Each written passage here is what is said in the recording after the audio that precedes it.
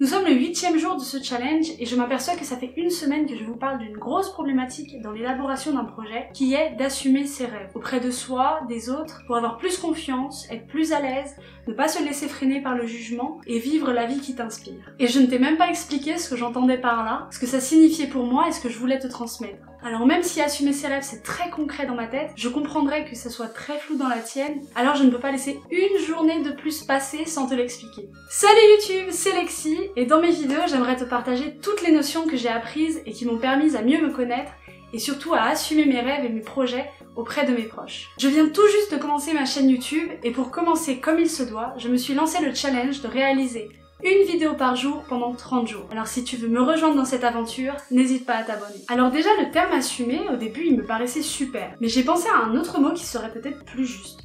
Parce que le terme assumer, ce serait un choix en fonction d'une circonstance passée. Mais nous, on ne veut pas assumer notre projet comme si c'était une contrainte. Justement, on n'a pas annoncé le projet à la volée et maintenant on se retrouve à devoir l'assumer. Non, justement, nous on est réfléchis, confiants et déterminés. On veut affirmer notre projet. C'est ça le nouveau terme auquel j'ai pensé. Si je prends mon exemple, j'avais pour projet d'arrêter mes études pour chercher et découvrir des manières qui me permettraient de m'accomplir et pouvoir réaliser mes projets. Mais j'ai mis des mois à passer le cap parce que j'avais peur de la réaction de mon entourage et de ce qu'on allait penser de moi parce que je savais que c'était une décision qui allait à contre-courant. Et c'est pour ça que je veux t'aider à affirmer tes projets auprès de toi-même et des autres. Sinon tu seras constamment sujet à la remise en question, l'anxiété, la pression, le jugement des autres et tu mettras des semaines à te lancer. Chaque jour dans mes vidéos et dans les prochaines qui arriveront, je te partage des notions qui te serviront à ce but.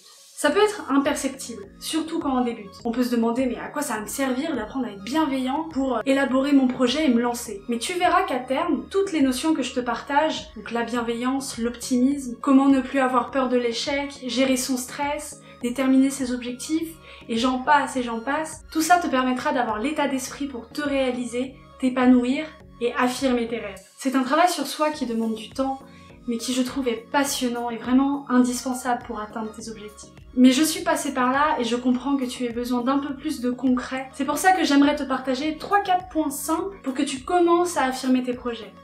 Alors déjà pour commencer, étape indispensable, c'est d'avoir un projet. D'avoir un projet, de l'avoir préparé, de le connaître dans les grandes lignes, pour que tu sois capable de te l'expliquer à toi-même et aussi aux autres. Ça t'apportera de la crédibilité et de la confiance, déjà pour toi-même dans un premier temps, et aussi pour ne pas créer une inquiétude dans ton entourage qui pourrait peser sur toi par la suite. Alors il faut trouver un juste milieu. Tu n'as pas besoin de passer des années et des années à préparer ton projet. Il n'a pas besoin d'être parfait, il se bonifiera avec le temps, ne t'inquiète pas. Mais comme je t'ai dit, aie une idée concrète en tête pour commencer sereinement. Je te parlais de confiance, c'est tout à fait lié. Et pour ça, il faut que tu aies une bonne estime de toi-même et que tu aies confiance en toi. Alors la différence entre les deux, si je peux t'expliquer simplement et rapidement, l'estime correspond à ton évaluation de ta propre valeur. À quel point tu te sens valable d'incarner ou de faire quelque chose. La confiance en soi, quant à elle, est l'auto-évaluation de ta propre capacité à faire quelque chose. Et l'important n'est pas que tu aies déjà acquéri ces deux choses, mais que tu travailles quotidiennement ta confiance et ton estime pour toi-même. Il faut que la majeure partie des choses que tu fais dans ta journée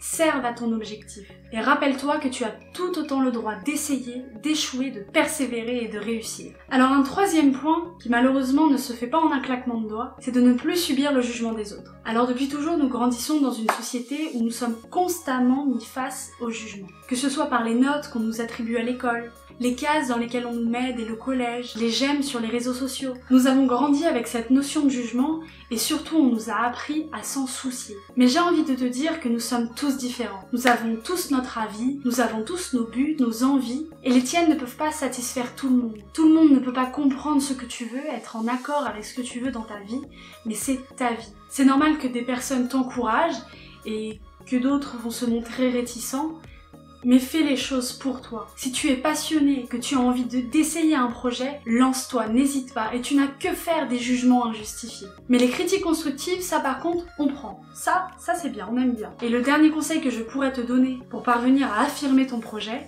c'est de te lancer. Donne tout et lance-toi. Et voilà, c'est la fin de la vidéo. Alors c'était un format un peu différent aujourd'hui. Voilà, je voulais te partager ce que ça signifie pour moi, assumer ses choix, ou du moins affirmer ses choix maintenant, c'est plus correct. Parce que c'est vrai que c'est la formulation principale de la vision que j'essaye de te partager, et vu que j'en parle tous les jours, si pour toi c'était pas concret, que tu voyais pas trop où je voulais en venir, bah c'était un peu dommage.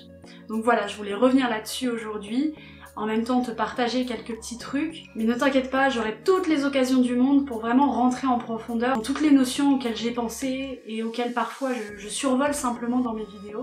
En tout cas, si la vidéo t'a plu, je t'invite à déposer un petit j'aime. N'hésite pas à me laisser un commentaire, je serai ravie de t'y retrouver pour te répondre et qu'on discute un peu. Et si cette vidéo t'a convaincu et que tu veux affirmer tes projets, n'hésite pas à t'abonner pour me rejoindre dans cette aventure. Je te retrouve demain pour parler d'un sujet qui me tient très à cœur. Je l'avais mentionné dans la vidéo de l'optimisme, c'est la bienveillance. J'ai hâte de t'y retrouver et en attendant, je te souhaite une très bonne journée.